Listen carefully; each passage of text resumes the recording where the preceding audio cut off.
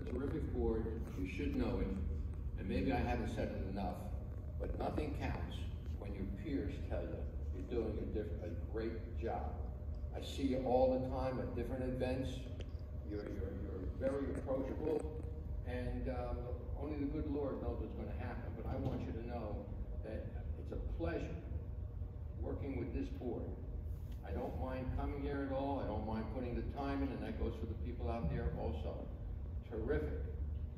That's what I have to say. And Dustin, you did a nice job. Compliment.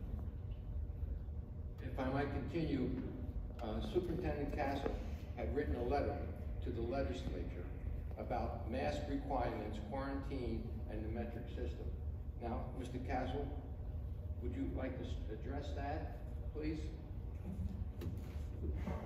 Yeah, so I've been doing extensive research just looking at what other states are doing regarding mask requirements and quarantine guidelines. So I wrote a letter based on that research. I wrote a letter to our legislators.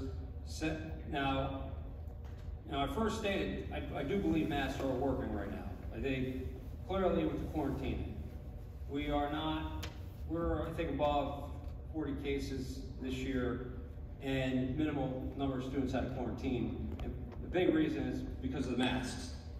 We have not even seen transmission in the classrooms as well.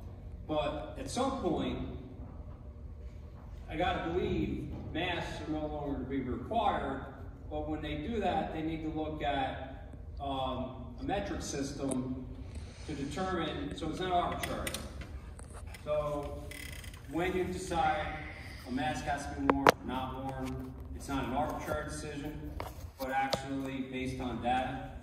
I've been in communication with a superintendent in Alabama who put together a metric system in collaboration with the Alabama Health Department.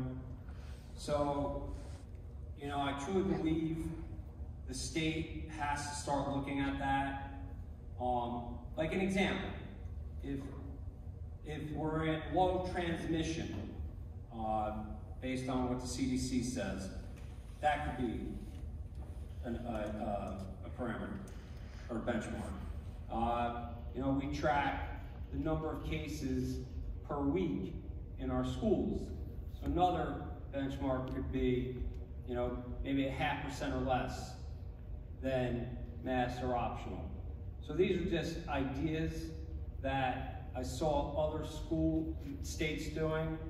On top of that, you can't just change that and also keep the quarantine guidelines in place, because if masks do become optional, then we're going to be quarantining an entire classroom. So a lot of times at the state level, they make one change and forget about the other things, and resulting in then unintended consequences. So I added to it, they also need to consider a test to stay program, which Massachusetts adopted, where rather than quarantining a student, the parent has this option. So say it's close contact. So rather than the child being quarantined, the parent has the option to have the child tested by the school, because we're doing that right now. 7 straight days. Each day if they're negative, they remain in school. And that would keep the child in school rather than being home. And that would be the parent's option. I think it's a brilliant idea. Not my idea, another state's idea. But I felt it was necessary, no different than how we advocate for monies and such and other things we advocate for from our legislators. I think, we need to do the same here. So those letters can be found on our website. If you click on the opening plan, you'll see where it says superintendent letters, you'll see it there. So I did get a letter back from Senator Skoufis. He did indicate he'd share this information with the New York State Health Department. I'm sorry. Oh, no, it's okay. Are you finished, or you still got one down?